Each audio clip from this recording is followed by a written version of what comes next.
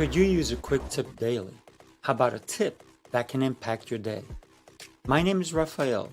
Join me as I bring you tips by experts around the world. These experts have shared their knowledge and wisdom with me and will directly share them with you. Make sure to subscribe, like, follow, and comment, and I would love for you to become part of the New Tip Daily community.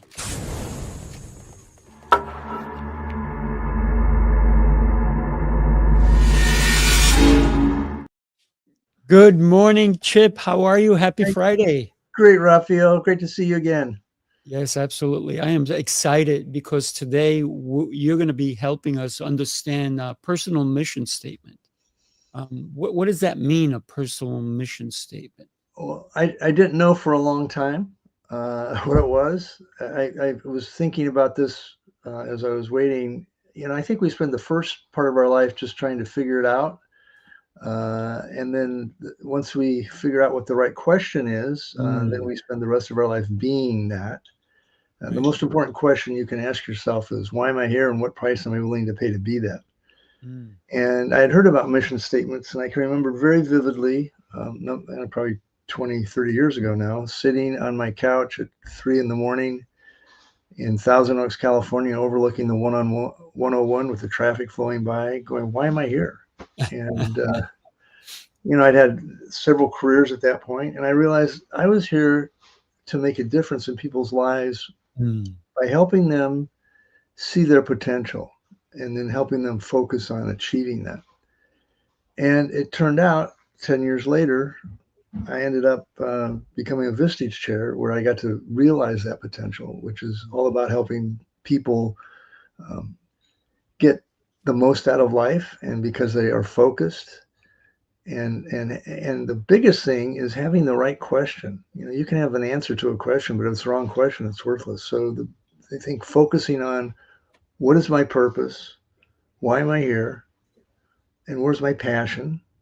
And it just makes every day clearer. And, on my tombstone, I just asked for a few words. He made a difference. That's powerful. I love the clarity aspect of it, because the questions help with clarity. If you're asking the wrong questions, you're going to get all over the place. And so asking the right questions helps with clarity, doesn't it? Yes. Yeah. And, and question the answer. Once you think you've arrived at it, dig deeper. Well, what's that about? Tell me, it's a personal journey. I think it's good to have a coach, as it's called now, where you sit down with somebody and talk it out, and somebody who's, got some wisdom, been there before, and can help you get clear on what you really need to do or want, do with their life. How many people have died with their music still in them? Too many. Yeah. And ultimately the only person that can find that music is yourself, but you've got to go on the journey and be aware. And once you find it, the doors open. My poem, I think I shared with you, Act Now. When I act, the universe provides all I need. When I act, doors open, help arrives. When I act, the unknown becomes known. We got to get off the couch, metaphorically speaking, turn off the TV and go out in the world and say, world, here I am. How can I add value? Or what is it that what are my gifts to share? I always ask this question: is what is the cemetery full of? A lot of unrealized dreams, in my opinion. Absolutely. Most people say dead bodies. Yeah, they're not looking at the potential that was buried, right? Yeah, I spent a lot of time traveling around the state when I was running this state for Vistage, and I'd be walking on the beach down in Fort Lauderdale or Miami and look at all these condos with all these retired, brilliant business people and think, that's the biggest waste of intellectual capital and horsepower there is, because these people could come out of their condos, volunteer, help in different areas, and make a huge difference. But, they retire because we've been sold that retirement is a good thing. And it's actually slow death, or in some cases fast death. Yeah. And at the end of the day, when you put your head on the pillow, did I add any value? That's it Did I right make there. a difference? And then also, what are you grateful for? I every night I also wake up in the morning looking for gratitude. Yeah, absolutely. When you, I love what you thought about when you're walking in the beach and you're looking at all those condos filled with people who retired. And somebody said to me, "When are you retiring?" I said, "First of all, I'm not tired, so I'm not retiring, right?" um, I'm getting retreaded, but not retired. that's it. I'm repurposing. I'm not retiring. Yeah, I like it. Um, you're so vibrant, as a young man yourself, you have so much that you're still doing, that you're moving forward with. And we were joking before, a little bit earlier, how vitality is so important. And you talked about not watching TV, but also scrolling. They can, people say, I have no time, yet they're on their phone doing this thing, right? And then they go, I have no time for that. But you have time for this? Oh my goodness. Go live your life. Go outdoors, connect with people, enjoy what the gifts you've been given. Yeah, yeah. We only get one bite at this apple. Take a Mhm. big one and go for it. I just heard these statistics, and I don't have the exact numbers, but the amount of hours we spend on our phones is ridiculous. Oof. It, it's Yeah. it's it's mind numbing, and I get stuck every once in a while. Somebody send me something, I'll start scrolling, and I go, "Where's this getting me?" Nowhere. Nowhere. So it's easy to fall in the rabbit hole. It's just being conscious enough to get out of it. It's interesting that you talk about the rabbit hole. It's on my drive this morning. I was up at 4. I'm driving around 5:15, and I always, it's a 6-minute drive, but I listen to the news to see if there's anything happening, right? And that's all. I listen for about 6 minutes, and then that's it. I don't listen to it anymore. I don't watch television or stuff of that nature. But one of the things that was a commercial for the statistics of how many people lost their lives last year because they were texting and driving. It was a phenomenal number, and I'm like, and all they said is, "Can you imagine his?" I love this part of the commercial. Can you imagine in the old days if your grandpa or grandma took out the typewriter while they were driving? No, it's scary. So why would you be texting, right? It's the same analogy, but they never took out a typewriter. And think about it, right? Why Yeah, is a text so important that it can't wait till you get to your destination and you can lose your life? yeah. No, I was driving yesterday on the 275, and there was a big sort of a traffic backup. And as I got around this guy, he was literally on his phone driving about 45 miles an hour on the freeway. Uh-huh. It's like, God, Yeah, it's so is there sad. any intelligent life form out there? So that person is not understanding what we're talking about today, is redefining your personal mission statement. Your mission should not be about texting. It should be about connections. And Yeah, when you text, you should do it in a safe spot anyway, right. right? And not put other people's lives at risk. Mhm, mhm. So It's when a, we think about your personal mission statement, mhm. it's not about the next person. It's not about the person that you want to aspire to be. It's about your current state. But maybe it could be goal setting, right? Mhm. Talk to us about that if you don't mind. Well, it's where are you in life? I mean, I have lots of goals. I'm chairman of 3 different nonprofits, and thinking about another book. So it's all in the context of my personal mission, Mhm, and what am I doing today to accomplish the big long term goals, right. like having a conversation with you. I mean, I think hopefully if one person listens to us and changes something about their life and they become more fulfilled, then you and I had a win. We did. We did. And I have so a win. I'm talking to you. back at you. Thank you. So yeah, so I think if you know where you're going, then the next question you have to is, what do I need to do today to get to that goal? So it's one day at a time, 1 hour at a time, 1 minute at a time. And time is the most precious asset we have, and the only one that can't be recovered. And, there's things you can do. You make a bad investment and you can figure out how to make a good one to cover for that. But once you've lost that minute, that nanosecond, it's gone. It is gone. It is gone. And here's something that a lot of people don't do is they take time for granted. Take time for what? Granted. Yeah. Oh, sure. Yeah. Right. Like scrolling. And all of a sudden, I lost an hour. I lost 3 hours. Look at your phone, everybody. Take a look at your phone and go on how much time you can do that, especially if you have an iPhone. You can look at how much time you spend on what. Yeah. So. Yeah. I've done that a couple times and said, shame on me. Right? Yeah. No, I mean, you don't realize it. And it's so easy. It is easy because you know what? It's all like this a drug. fun things, right? Pardon? It's a fun thing. So I'm going to share with you something, right? I had 2 grandparents who came to watch their grandchild. The problem is they showed up to watch their grandchild. They didn't watch their grandchild. You know what they did? Both grandparents were sitting, yes, they were scrolling, but they weren't even sitting next to each other. They were 4 seats apart. And I kind of jokingly said to them after the class finished, I said to them, are you texting each other? And they laughed. And they laughed. And then I said, and then the grandfather said to me, no. He goes, unfortunately, I'm scrolling and it's addictive and I hate it. And I said, you know who's in control of that? And he smiled at me. But then he put the phone away. But they didn't really pay attention to what their grandchild was doing. So they missed an opportunity to share that time with their grandchild.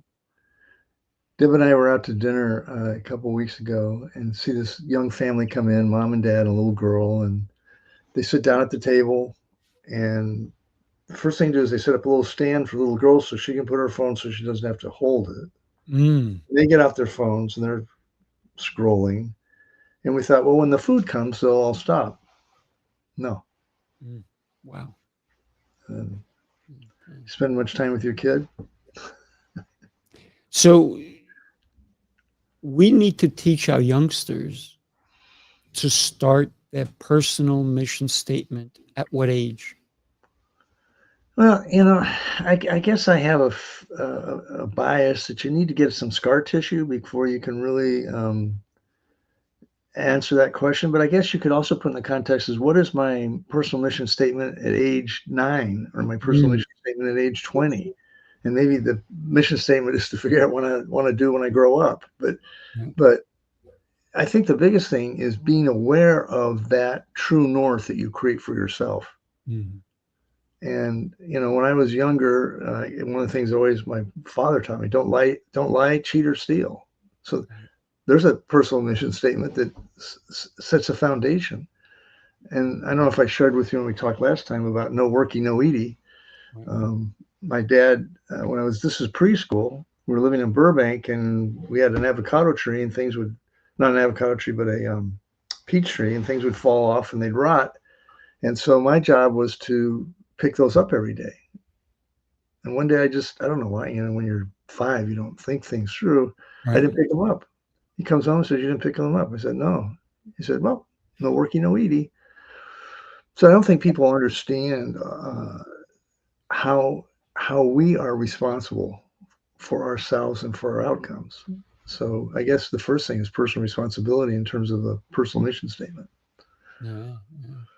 It's interesting. This morning I was reading the Bible, and in Psalm, I think it was 80, it talked about, treat your neighbor right because you're treating yourself right. Yeah. That's the concept. And I like what your dad said. No picking, no eating. Right? Yeah. If you don't get the food, how are you going to eat? Right.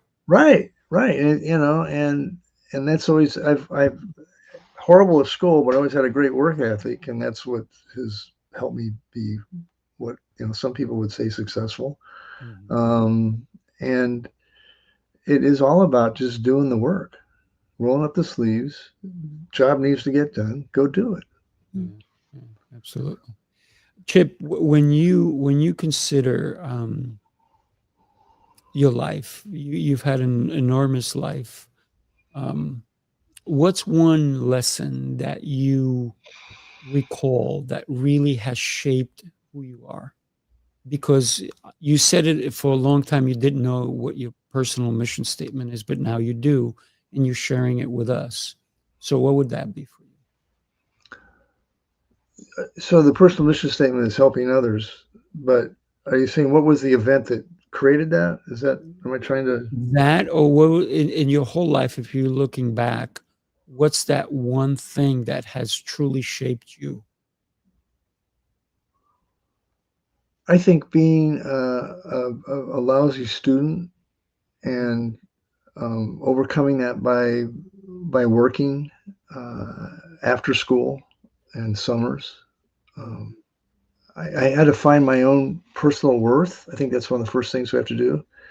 And I can remember vividly my junior year of high school, standing outside of Leon's Young Men's Shop where I was a salesperson on Palm Canyon Drive, and realizing, because people would come back and see me and want me to help Mhm. them, that I had value. It was the first time I could really think, Wow. yeah, Chip, you do exist to help others. Yeah, yeah. That's big, and so you've carried that along, Hmm. because even today you're here helping, right? You're here hoping, like I'm hoping that somebody who is watching us now will even share this episode with somebody else who they know they need to hear this message, right? Yeah, Because right, it's about sharing, right? right. One of the things that I always tell people, sharing is caring, but caring is sharing. So they go both hand in hand. I was in a multi-level sales meeting of about 200 people one time, and the people had put taped candles under each chair, and the leaders had one started with one candle, lit another, and then they had everybody get it out, and lighting another person's candle Mm. was the metaphor. Is it once your candle was lit, then you'd light the next row, and they'd light the next row. Mhm. And I guess we're here to be a light and Yeah. help others find their light and let their light shine. Yeah, yeah. It's incredible when we can shine the light on somebody who may be only seeing darkness. Right? Yeah, I've been blessed because of the work I did and still am doing. I can't tell you how many calls from friends that I worked with that said that I changed the direction of their lives, and I Wow. didn't change them. I just brought up the subject. They changed them. True. But and I had one kid that was an alcoholic, and I told him to stop working for a while and go get it fixed. And I had lost track of him. That was in Illinois, and I was living in California. And then, like 6 years later, I'm in Florida, and I get this call, and it says, "This is." And I go, "Oh, how are you?" He said, "I'm now a manager of a Walgreens store because you told me what to do." And Wow. he did it. I didn't do it, but Mhm. that just makes me feel like we're Yeah. doing good. You did God's work. I was talking to somebody who kept feeling bad because they were, I don't know, at the time I think they were like 5 months sober, and they were on the verge of tears. They were not happy, and I said, you're doing incredible work, and I want to remind you that when you go to heaven, God is not judging you because you're not being sectioned off. All the alcoholics over there, Yeah, right, right, yeah. all the ones that did this over there, the ones over there, you're not being sectioned off, right? So God is going to love you no matter what you've done, and because He died for our sins, right? Because we're all sinners, one way or another. But the thing is to, I guess, repent and understand that alcoholism is a disease, And once you, just like if you go for a cold, you have a flu, you go get a shot and so forth, you still have to do the work. You had to go to the doctor to begin with, Mhm. right? So if you're an alcoholic or a gambler or anything, addicted to anything, you have to do the work to get out of it. Nobody Yeah. can do it for you. I mean, you can go to places that assist you, but the work is still yours. Yes. That's true across all aspects of life. Mhm. Anything you want to accomplish in life, Yeah. it doesn't hurt to have people on your side. No, and asking for help. I think that's, part of that is our egos. "Oh, I can do this myself." Right. But, it takes a village.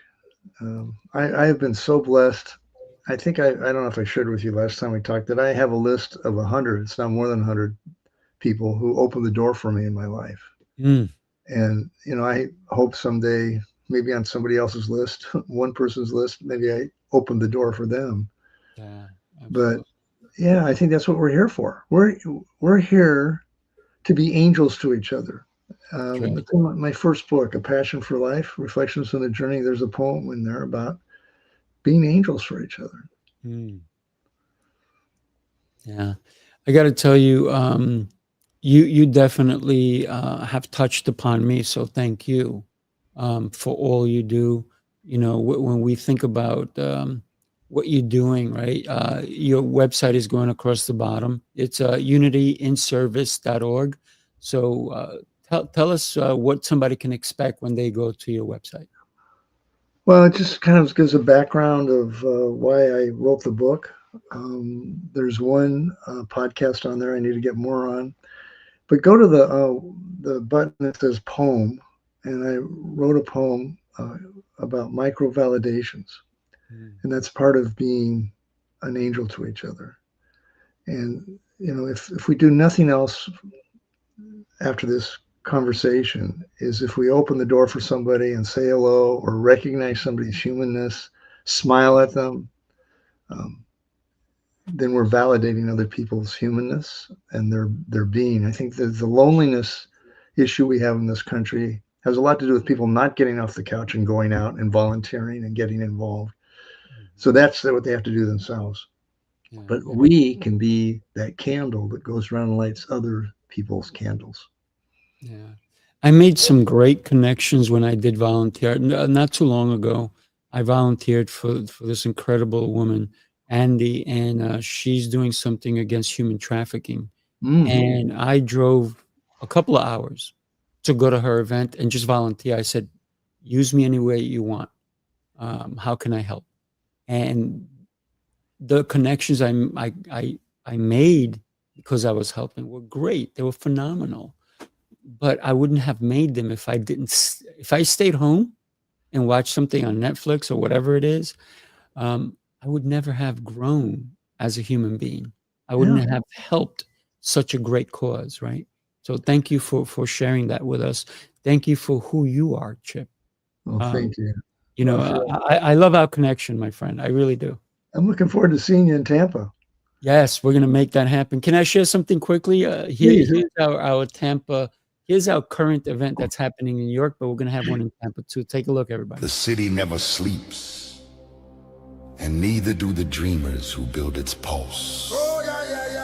From every corner of the globe they come.